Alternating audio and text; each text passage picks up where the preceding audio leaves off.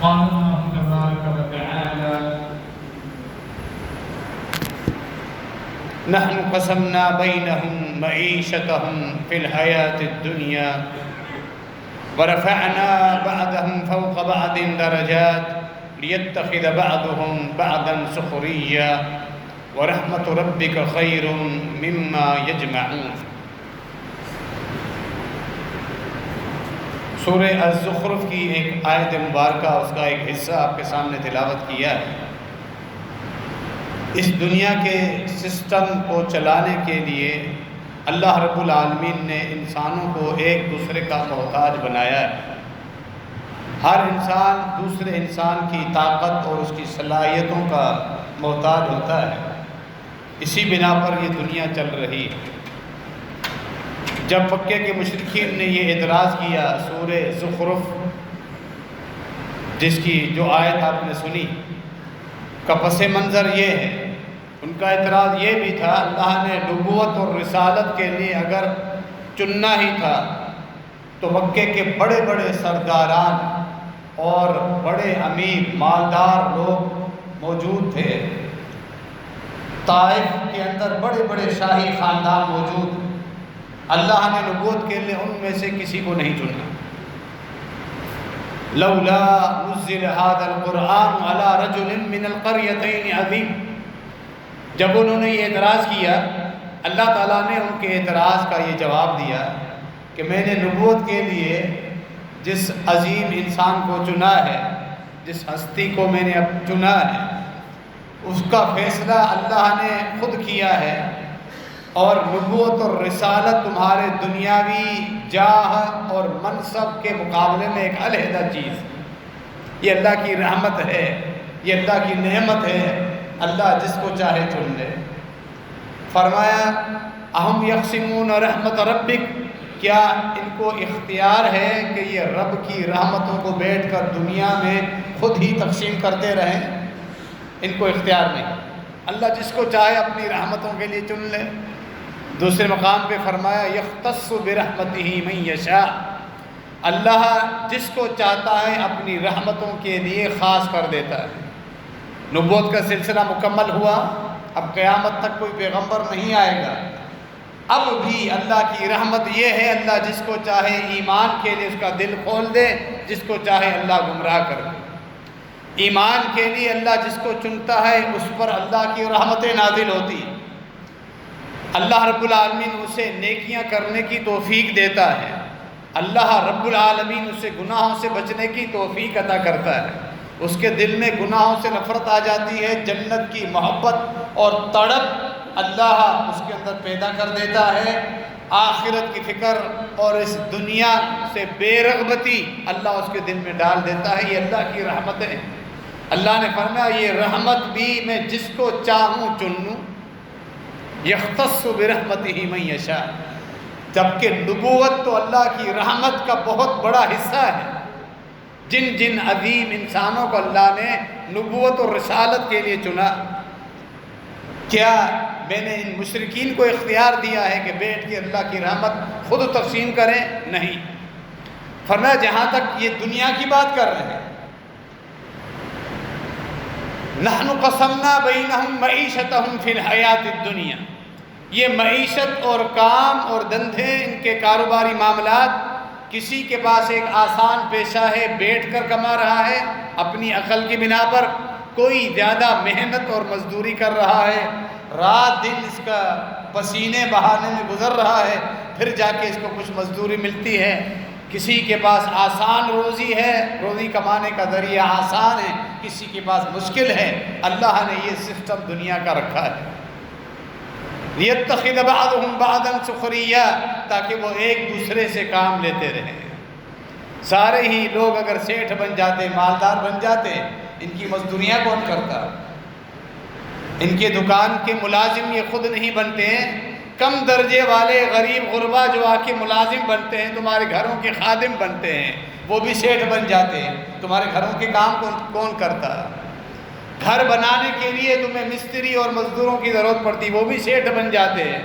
کون تمہارے گھر تمہیں بنا کے دیتا؟ یہ تمہارا پیسہ خالی کس کام کا؟ جب کام کرنے کے لیے مزدوری نہیں،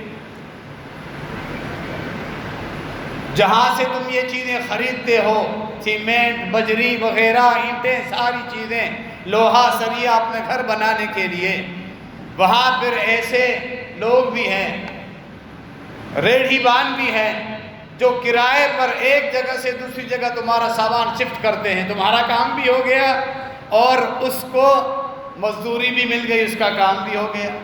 بظاہر تم اسے ہلکا سمجھتے ہو، لیکن وہ نہ ہوتا تو تمہارا یہ کام ہی نہیں ہوتا۔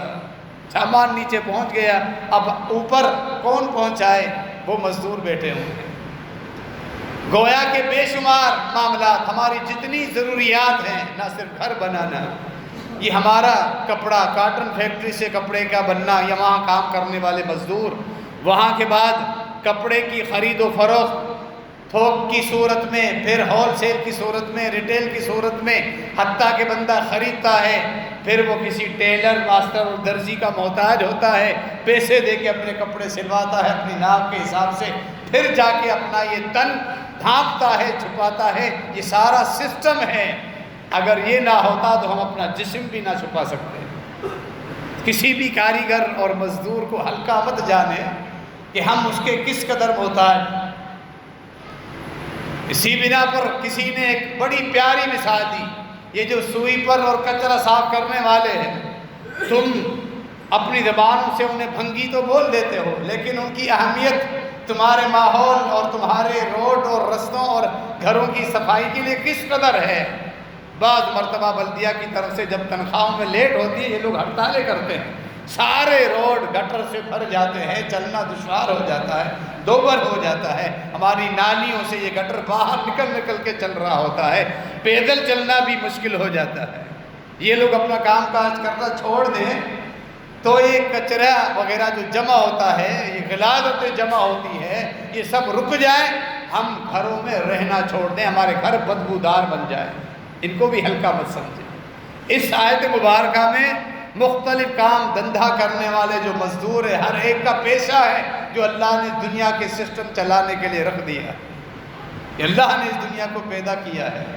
فرمایا یہ دنیا میں کسی کے پاس بال زیادہ ہے، کسی کے پاس کم ہے، کوئی محنت کرتا ہے، کوئی علم کی بنا پر کما رہا ہے، کوئی انجینئر ہے، مزدور مستری کام کر رہا ہے، یہ خالی اس کو ریشو اور حساب بتا رہا ہے، مال کہاں لگانا ہے، کس جگہ لگانا ہے۔ کسی نے خالی نقشہ بنا کے دیا، لاکھوں روپے لے کے چلا گیا۔ کوئی ٹھیکیدار ہے، خالی اوپر کھڑا ہوا ہے، اس ٹھیکے کا ایک پرسنٹیج ہے جو یہ لیتا ہے، محنت مزدوری کوئی نہیں کرتا، اس کا تجربہ ہے، اس کے پاس علم ہے۔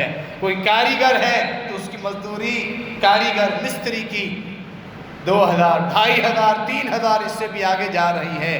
اور اینٹیں اٹھانے والا، تگاری اٹھانے والا، اور باقی ٹرالی گھسیٹنے والا، اتنے مشکل کام، ان کے لیے 300، 350۔ یہ اللہ رب العالمین کی تقسیم ہے جو اللہ نے اس سسٹم کو چلانے کے لیے رکھی۔ دنیا یہ دن منا رہی ہے، لیبر ڈے 1 مئی کو۔ اہل دنیا کو بھی ہر چیز کا وہ لوگ دن مناتے ہیں۔ عرض کیا جاتا ہے، مدر ڈے بھی ہے، فادر ڈے بھی ہے، وومن ڈے بھی ہے، اور مختلف چیزوں کے وہ دن مناتے ہیں، ان چیزوں کی اہمیت اجاگر کرنے کے لیے۔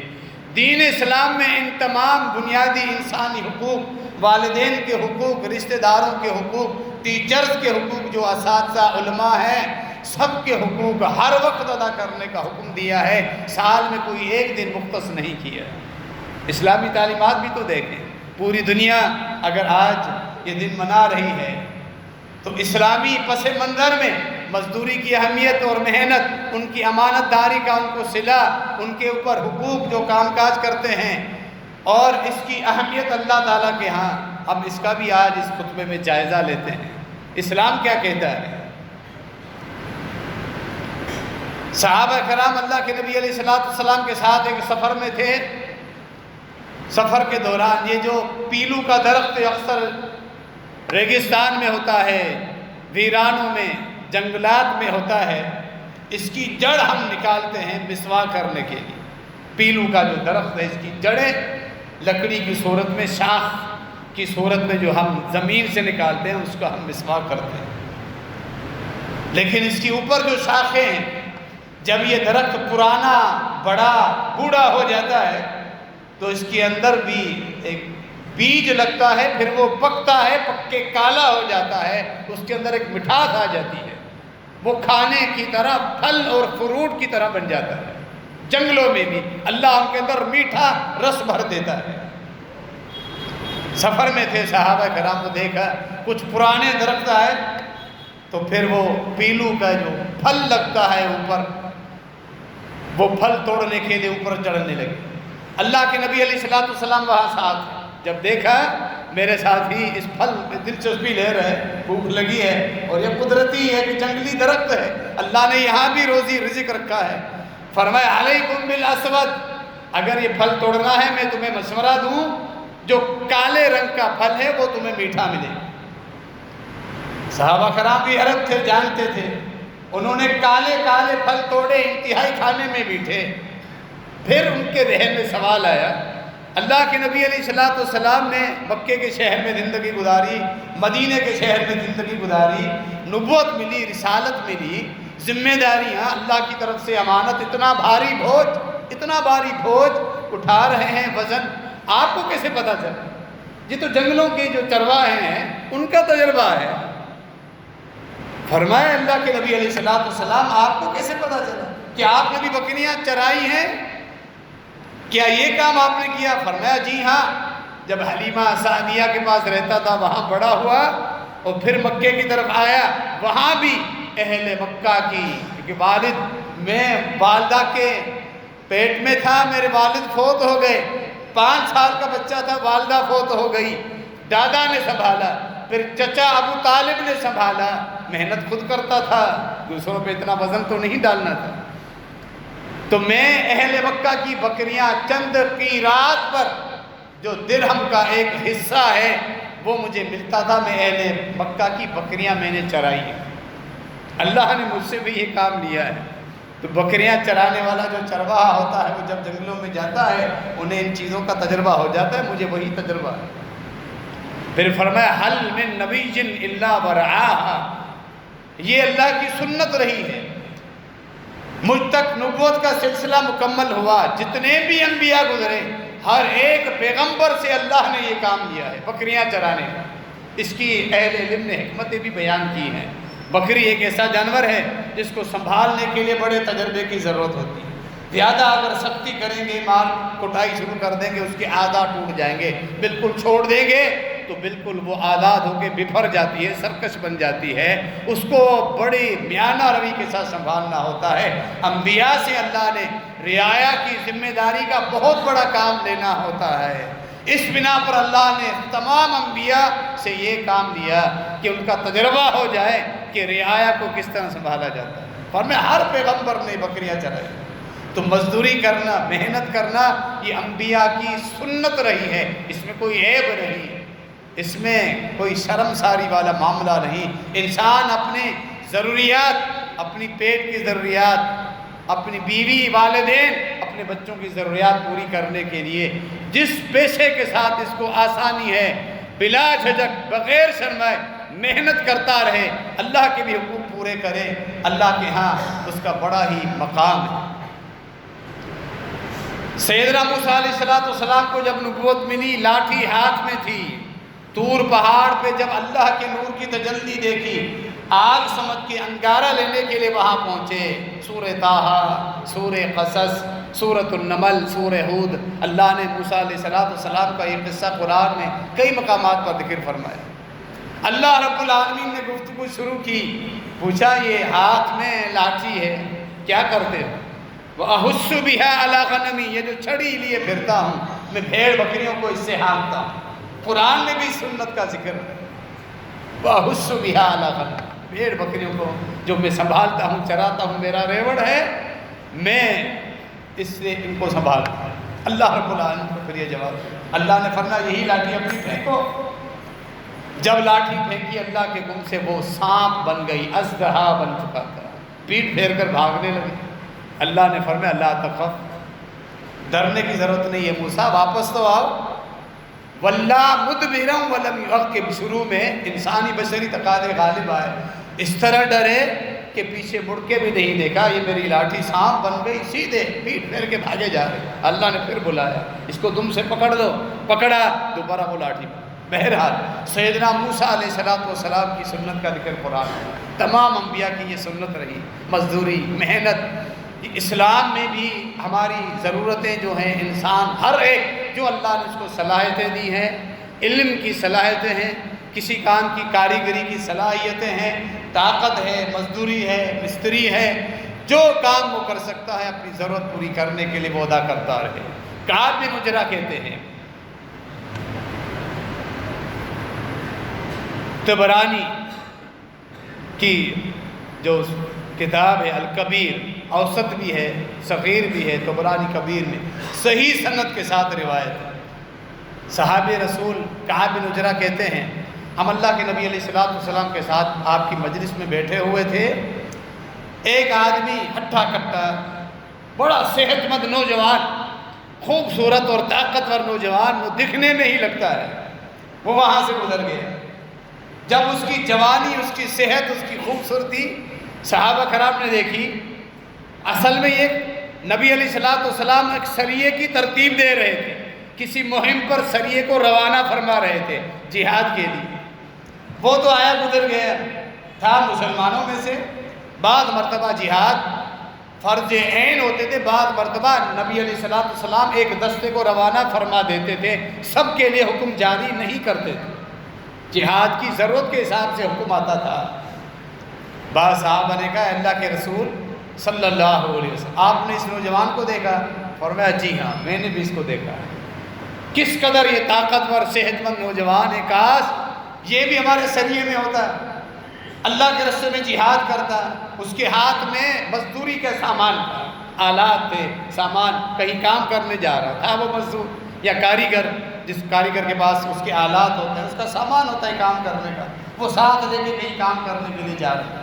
اس کے بجائے اگر جہاد میں چلتا، اللہ کے نبی علیہ السلام نے فرمایا، میرے ساتھیوں سنو، ان کان خرج یسعى علی ولدہ صغارا فہو فی سبیل اللہ۔ اسلام دیکھیے، اور محسن انسانیت، خاتم النبیین جناب محمد رسول اللہ صلی اللہ علیہ وسلم کا ترحم، شفقت اور حکمت سنیے۔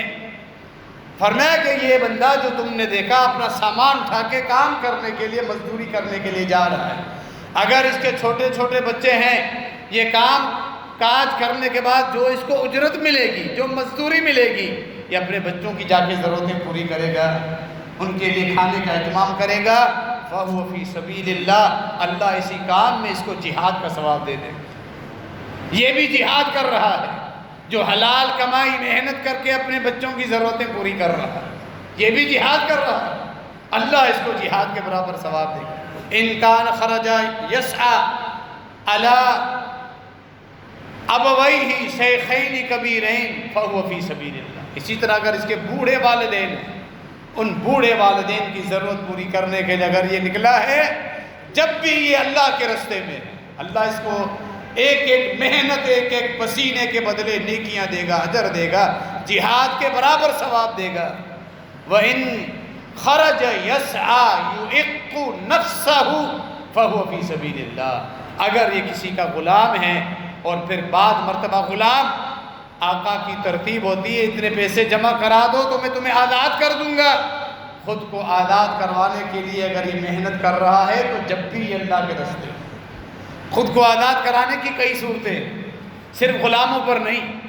ایک انسان جو قرض میں دبا ہوا ہے، پس رہا ہے قرض کے نیچے، وہ محنت مزدوری کاروبار کرتا ہے، کاریگری کرتا ہے، لوگوں کے پاس جاتا ہے، حلال راستے پورے کرتا ہے تاکہ میرا قرض اتر جائے، کیونکہ مقروض بھی تو لوگوں کے غلام کی طرح ہی ہوتا ہے، وہ پھنسا ہوا ہے، وہ پابند ہے، اس کی گردن قرض کے اندر بندھی ہوئی ہے، وہ بھی اپنی گردن کو آزاد کرانا چاہتا ہے۔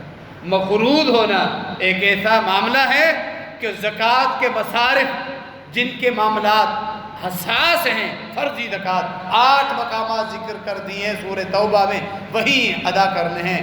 والغارمین، اس میں ایک حصہ ایک مصرف ان کا بھی ہے جو مقروض ہے، جائز قرضہ لیا، قرضے کی واپسی کے لیے اب اسباب نہیں ہیں، ان کو بھی آپ زکوٰۃ دے سکتے ہو۔ حالانکہ زکوٰۃ کا معاملہ حساس ہے، وہ درست 100% جگہ پہ لگایا جاتا ہے، تو وہ بھی اپنی گردن چھڑانے کے لیے اگر مقروض ہے، اگر اپنی ضرورتیں پوری کرنے کے لیے جا رہا ہے، اس کے پاس گھر نہیں ہے، گھر بنانے کے لیے محنتیں کر رہا ہے، لباس پہننے کے لیے، جسم چھپانے کے لیے محنت کر رہا ہے، یہ بھی فی سبیل اللہ، اللہ اس کو پورا مکمل اجر و ثواب دے۔ فرمایا ہاں اگر ان خرج ریاء و مفاخرۃ، کاروبار کرتا ہے، محنت کرتا ہے، مزدوری کرتا ہے یا کاریگری کرتا ہے اور بڑا سیٹھ بن چکا ہے، اور پھر اب اس کے اندر تکبر آتا ہے، لوگوں کو حقیر سمجھنا شروع کر دے، خود کے اندر بڑاپن آ جائے، تو پھر یہ شیطان کے راستے میں، پھر یہ اللہ کے راستے میں نہیں۔ تو یہ کاریگری، یہ کاروبار، یہ محنت، یہ مزدوریاں، جتنے بھی پیشے ہیں، مسلمانوں کے سامنے یہ ہے، اپنی ضروریات پوری کرنے کے لیے انسان ادا کرے، اپنے گھر والوں کی ضروریات پوری کرنے کے لیے انسان محنت کرے، محتاجی سے بچنے کے لیے، سوال سے بچنے کے لیے انسان یہ محنت کرے۔ مزدوری کا تصور دین اسلام نے یہ پیش کیا ہے۔ فرمایا نبی علیہ السلام نے ان اطیب ما یکسب الرجل هو من عمل یدہ، بہترین کمائی، آمدن جو تم حاصل کرتے ہو تمہارے اپنے ہاتھوں کی محنت ہے۔ فرمایا اللہ کے نبی داؤد علیہ السلام کو دیکھیں، وہ اپنے ہاتھوں کی محنت کر کے پھر کماتے تھے۔ وہ لوہا بناتے تھے، لوہے کا کام کرتے تھے، سریے کا کام کرتے تھے، لوہے کی زرہیں بناتے تھے جو جنگوں میں لڑنے والے جنگجوؤں کو کام آتی تھی اپنے دفاع کے لیے، وہ ڈھال بناتے تھے، تلوار بناتے تھے، یہی ان کی محنتی، اپنے ہاتھ کی کمائی۔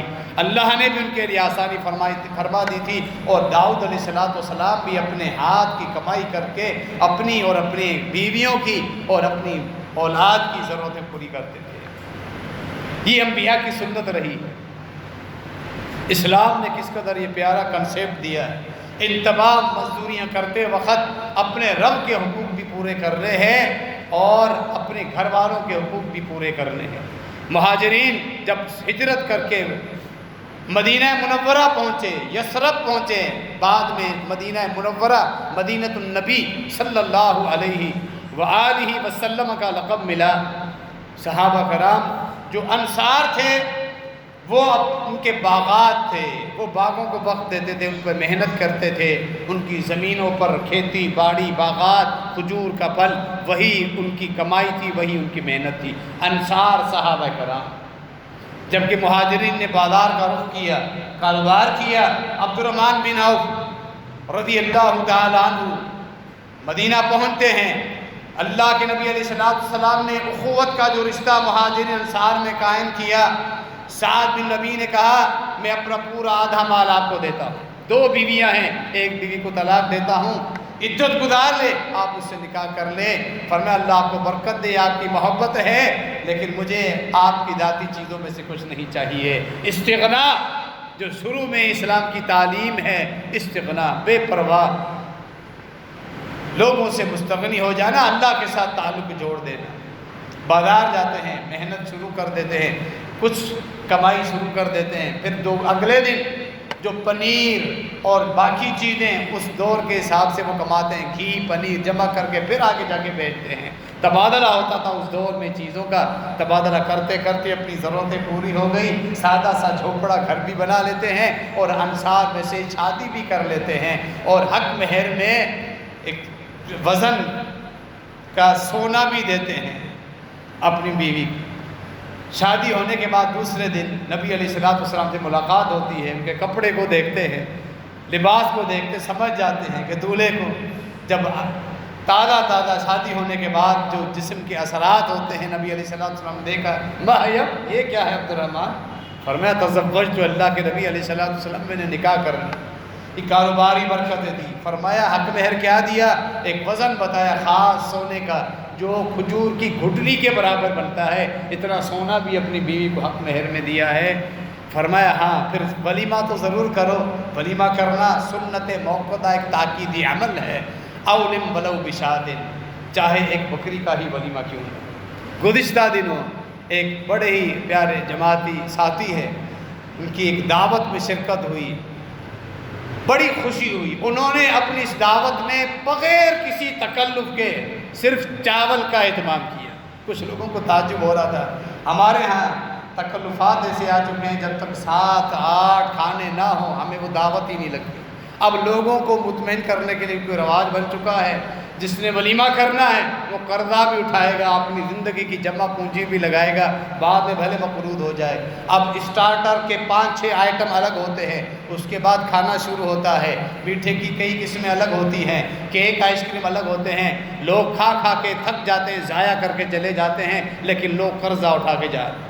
ہمیں بڑی خوشی ہوئی کہ تکلف کے بغیر اللہ نے جو طاقت دی تھی، صرف چاول بریانی کا اہتمام کیا، واللہ اس کھانے میں اور کچھ بھی نہیں تھا۔ ہم اتنا خوش ہو کر وہاں اٹھے، ساتھی سے ملے اور ان کی حوصلہ افزائی کی۔ آپ نے بہترین درس دیا ہے تمام لوگوں کو، ان تکلفات میں آ کے تم مخلوط بن جاتے ہو صرف اپنا اسٹیٹس بنانے کے لیے، ریاکاری کرنے کے لیے۔ فرمایا نبی علیہ السلام نے ہلکا سا ولیمہ ہی کرو لیکن کرو ضرور۔ کاروباری معاملات میں عمر بن خطاب رضی اللہ تعالی عنہ جہاں دین سیکھتے تھے وہاں علم بھی سیکھتے تھے۔ باریاں مقرر کی ہوئی تھی ایک انصار صحابی کے ساتھ، صحیح بخاری میں ان کا تفصیلی واقعہ موجود ہے۔ ترتیب یہ بنائی، ایک دن میں نبی علیہ السلام کے ساتھ رہوں گا، سارا دن آپ بھلے اپنے کاروبار کرتے چلے جانا، کاروبار کرنے کے لیے جانا، اس دن جتنے واقعات ہوں گے، جو علم میں نبی علیہ السلام سے سیکھوں گا، رات کو ملاقات میں آپ کو سارا دین میں بتاؤں گا، آج یہ دین ہم نے سیکھا۔ اگلے دن میں کاروبار میں جاؤں گا، آپ نے اللہ کے نبی علیہ السلام کے ساتھ رہنا ہے، اور پھر رات کو مجھے ساری حدیثیں بیان کرو۔ کاروبار بھی چل رہا ہے، دینی علوم بھی سیکھے جا رہے ہیں۔ صحابہ کرام نے اس طرح زندگی گزاری، غلطیاں ہوتی تھی، اللہ اور اس کے رسول اصلاح کرتے تھے۔ سورۃ الجمعہ تقریباً ہر جمعے میں اس کی تلاوت کرنا مسنون ہے، سنت ہے۔ صحابہ کرام سے غلطیاں ہوتی تھی، انسانی تقاضے، اللہ اصلاح فرما دیتا تھا، اللہ کے نبی علیہ السلام بھی اصلاح فرما دیتے تھے۔ قافلہ آیا، مدینے کے شروع کے دنوں کی بات ہے، جب مصر سے اور باقی مقامات روم وغیرہ کے جو عیسائی وہ تجارت میں مشہور تھے، وہ منڈی جو مدینے کی تھی مرکز میں سامان لے کے آتے تھے، یہودی بھی خریدنے والے ہوتے تھے، باقی مدینے کے جو غیر مسلم تھے وہ بھی خریدنے والے ہوتے تھے۔ خطبہ جمعہ چل رہا ہے، نبی علیہ السلام خطبہ ارشاد فرما رہے ہیں، جب وہ قافلہ آیا صبر نہیں ہوا جب تک خطبہ مکمل ہوگا، وہ سامان تو باقی تاجر لوٹ جائیں گے، لے کے چلے جائیں گے، ہمارے لیے کچھ نہیں بچے گا۔ تو جابر بن عبداللہ رضی اللہ عنہ فرماتے ہیں سب کے سب صحابہ کرام اٹھ گئے، باقی اجتماع جو خطبہ چل رہا تھا نبی علیہ السلام کے سامنے 12 صحابہ باقی بچے۔ اس میں راوی وضاحت کرتا ہے 12 صحابہ میں ابو بکر عمر جوں کے تو بیٹھے ہوئے تھے، حالانکہ ان کا کام بھی تجارت تھا، کاروبار وہ بھی کرتے تھے۔ باقی صحابہ ان سے غلطی ہوئی چل کر اٹھ گئے۔ اللہ رب العالمین نے سورۃ الجمعہ میں آیات نازل فرمائی آخر میں، جو کہ آپ سنتے رہتے ہیں، اللہ نے اصلاح فرمائی۔ وَإِذَا رَأَوْا تِجَارَةً أَوْ لَهْوًا انفضوا وَتَرَكُوكَ قَائِمًا۔ جب انہوں نے قافلہ تجارت دیکھا اور دنیاوی لہو و لعب کی چیزیں جس سے دنیا کمائی جاتی ہے، انفضوا الیہا وترکوک قائما، آپ کو کھڑا ہوا خطبے کی صورت میں چھوڑ کے چلے گئے۔ آپ ان سے کہہ دیجئے قل ما عند اللہ خیر من اللہو ومن التجارہ، اللہ نے عبادت کے بدلے جو چیز رکھی ہے وہ تجارت اور دنیاوی چیزوں سے کئی گنا بڑھ کر۔ اس کے شروع میں کیا فرمایا خطبہ جمعہ کے لیے؟ اذا نودی للصلاة من یوم الجمعہ فاسعوا الى ذکر اللہ۔ جب تمہارے پاس فارغ اوقات ہیں، کام کرے، محنت کرے، اپنی دکانوں کو ٹائم دیں، اپنے پیشے کو ٹائم دیں، وصولی کریں، ارسال کریں، ترسیل کریں، لوگوں سے معاملات کریں، ملاقاتیں کریں، لیکن جب اللہ کے فرائض کا وقت ہو جائے، جمعے کا وقت ہو جائے، اذان کا وقت ہو جائے، سب کچھ چھوڑ چھاڑ کے جلدی جلدی پہنچو، اللہ کا حق پہلے ہے، اس کے بعد اپنے دنیاوی کی معاملات تم نے کرنے ہیں، اللہ کا حق پہلے ہے۔ ہاں وَإِذَا قُضِيَتِ الصَّلَاةُ فَانتَشِرُوا فِي الْأَرْضِ، نماز جب مکمل ہو جائے اب زمین میں پھیل جاؤ، اللہ سے اس کا فضل طلب کرو، حلال روزی کے لیے محنت کرو۔ اسی لیے پھر اس رکوع میں آخر میں صحابہ کرام سے جو غلطی ہوئی اصلاح ہوئی، واللہ خیر الرازقین، اللہ پہ بھروسہ رکھو، اللہ کے فرائض وقت پہ ادا کرو، اللہ بہترین رزق دینے والا ہے۔ اللہ رب العالمین ہمیں دنیا کی حقیقت اور آخرت کی حقیقت سمجھنے کی توفیق عطا فرمائے۔ اللہ رب العالمین ہم سب کے دین اور دنیا کی اصلاح فرما دے، آمین۔ وما علینا الا البلاغ۔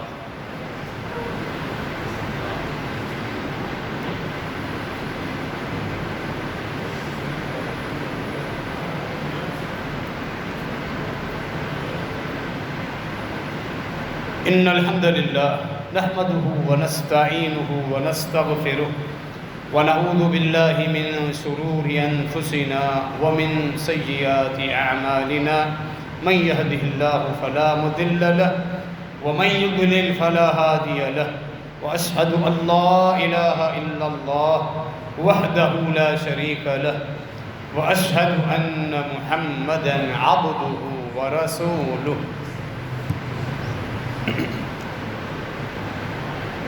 صحیح بخاری کی حدیث میں اللہ کے نبی علیہ السلام کا ایک فرمان مبارک ہے، ثلاثۃ لہم اجران، تین قسم کے ایسے لوگ ہیں جن کے لیے ہر عمل دوہرا لکھا جاتا ہے، ہر عمل دوہرا لکھا جاتا ہے۔ ایک دفعہ عمل کرتے ہیں ان کی دو عمل لکھے جاتے ہیں۔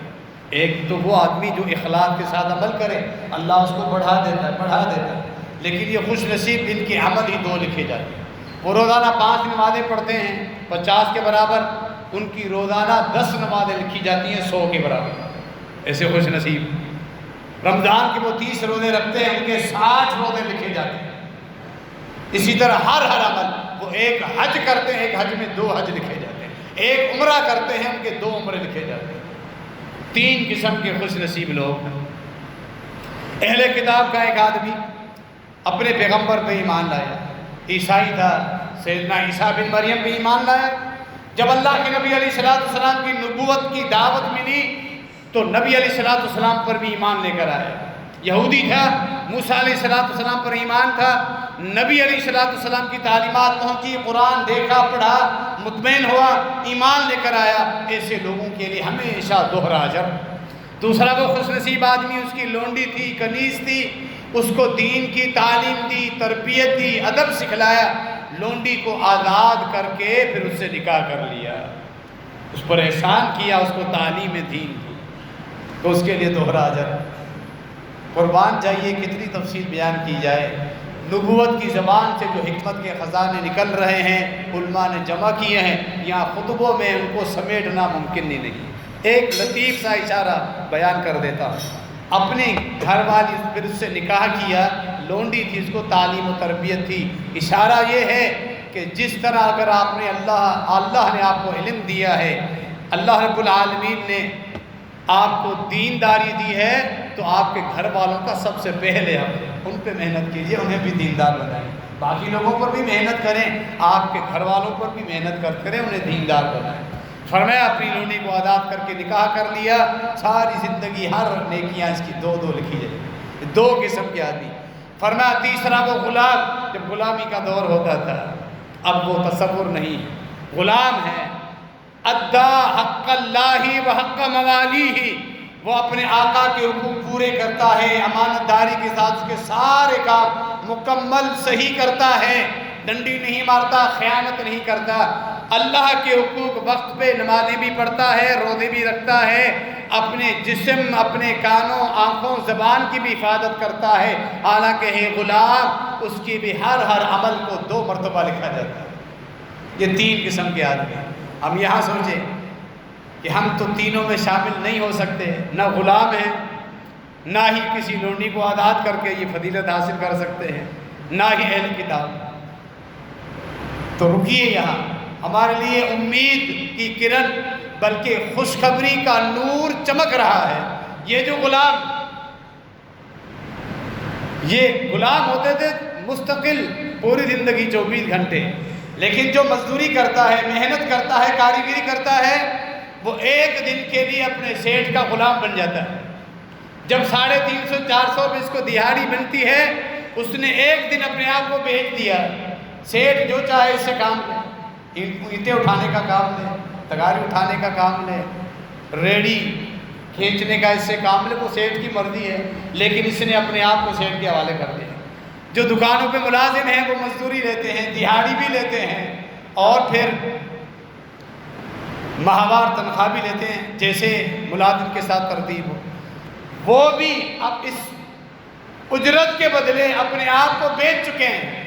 اس اجرت کے بدلے وہ بھی جزوی غلام، کام کاج کرنے والے، گھروں کا کام، روڈوں کا کام، مختلف پروجیکٹ میں کام کرنے والے جو مزدور ہیں، ان کے لیے خوشخبری ہے، بلکہ جو دکاندار ہیں، تجار ہیں، مختلف پیشوں سے منسلک ہیں، ان کے لیے بھی خوشخبری ہے۔ جب اپنے کام دھندا کرتے ہوئے تم لوگ اپنے رب کے بھی حقوق پورے کرو گے، انشاءاللہ تمہارے لیے بھی دوہرا اجر۔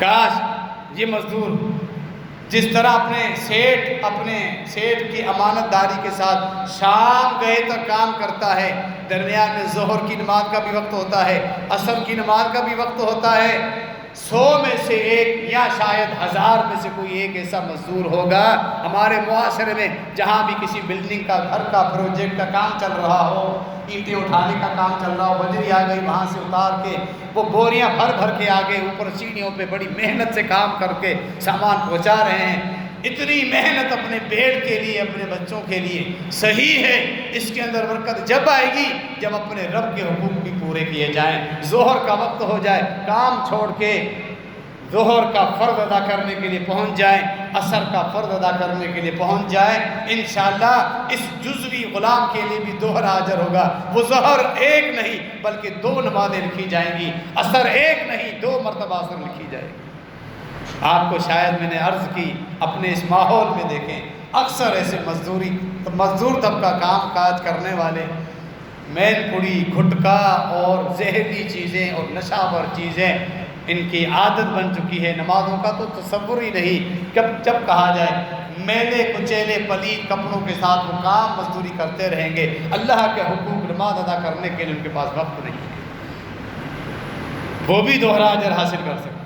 دنیا کمانے کے لیے مشکل سے مشکل کام، گاؤں گوٹھوں میں جائیں لوگ، نماز اللہ کے فرائض کی پرواہ نہیں، سردیاں ہوں گرمی ہو، اپنی کھیتی باڑی کرتے رہیں گے، اپنے زمینوں کو سردیوں میں رات کے وقت پانی کے اندر کھڑے ہو کے اپنے پانی کی ترتیب دے رہے ہوتے ہیں، دن کے وقت سخت دھوپ میں بھی کھڑے ہو کر وہ اپنی زمینوں کو سنبھال رہے ہوتے ہیں، لیکن نمازیں پڑھنے کے لیے ان کے پاس وقت نہیں، دھیان نہیں، اللہ کی پرواہ نہیں، سب کچھ پیٹ کے لیے، دنیا کے لیے، آخرت کی فکر رکھیں۔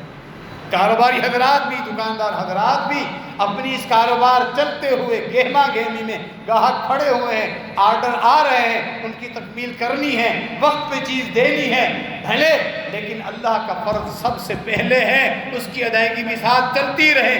اللہ کا فرض پڑھیں، پھر جائیں اپنے کاروبار کو ٹائم دیں، پھر اذان آئی پھر آ جائیں اللہ کا حق ادا کریں اور اپنے کاروبار کو ٹائم دیں، آپ کے لیے ساری فضیلتیں حاصل ہو جائیں گی جو نبی علیہ السلام نے بیان فرمائی۔ اس غلام کی طرح انشاءاللہ آپ کو دوہرا اجر ملے گا۔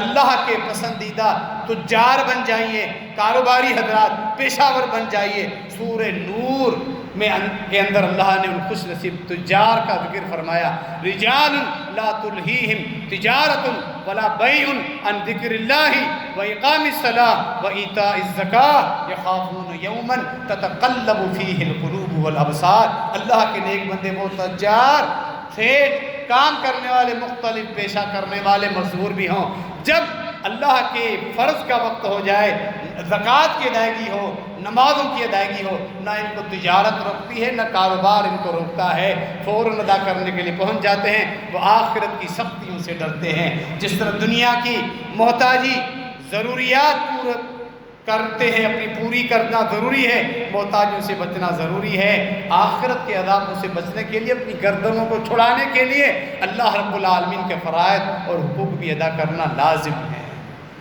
اسلام میں تو اس کا بڑا وسیع تصور ہے۔ اگر اجرت اور مزدوری کے احکامات کو ہم بیان کریں، بے شمار احکامات ہمارے سامنے آ جاتے ہیں۔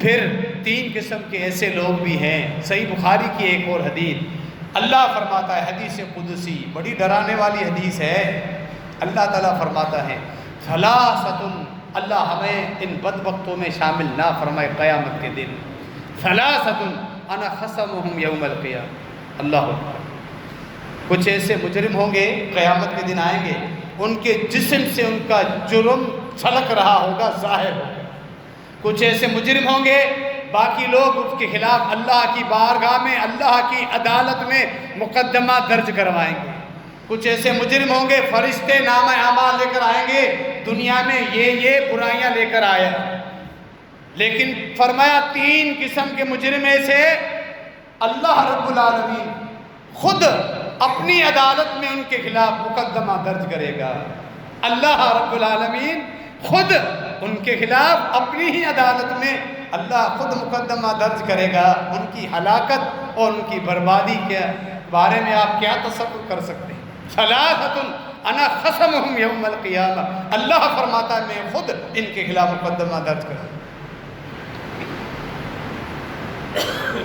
فرمایا ایک وہ آدمی رجل آتا بھی ثم غدر، کسی کے ساتھ بات چیت کی، معاہدہ کیا، مجھے گواہ بنائے، اللہ کو گواہ بنا کے معاہدہ کیا، پھر اس معاہدے سے مکر گئے، اللہ کو تم نے گواہ بنایا، اللہ کی تم نے قسم اٹھائی، اللہ قسم کا مطلب ہے اللہ کو گواہ بنا، اسی سے تم پھر گئے، تو پھر گئے اسی سے، اللہ کی کیا حیثیت ہے تمہارے سامنے؟ قسم اٹھانا کوئی ہلکا ہے؟ معاہدے میں اللہ کو گواہ بنا کے تم مکر گیا، دنیاوی تھوڑے پیسوں کے لیے، دنیاوی لالچ اور فائدے کے لیے، اللہ خود اس کے خلاف مقدمہ درج کروائے گا۔ دوسرا وہ آدمی باع حرن ثم قال ثمنہ، آزاد چلتے پھرتے آدمی کو اغوا کر لیا، اغوا برائے تاوان، اور رشتہ داروں کو دوبارہ اسی کو بیچ کے اور پھر تاوان لے لیا، پیسے لے لیے، کروڑوں روپے، لاکھوں روپے تمہارا بندہ ملے گا جب ادھر پیسے، باقی جو مافیا، جو گینگ، اس طرح کے ڈاکو قسم کے لوگ یہ کام کرتے ہیں، دنیا ہے، اللہ نے دنیا میں بھی ان کا انجام خراب رکھا ہے، آخرت میں بھی ان کا انجام بڑا ہی خراب ہونا ہے۔ دوسرے قسم کے آدمی۔ تیسرا وہ آدمی جو اس کا تعلق ہمارے اس موضوع کے ساتھ ہے، رجل استاجر عجیلا استوفى حقه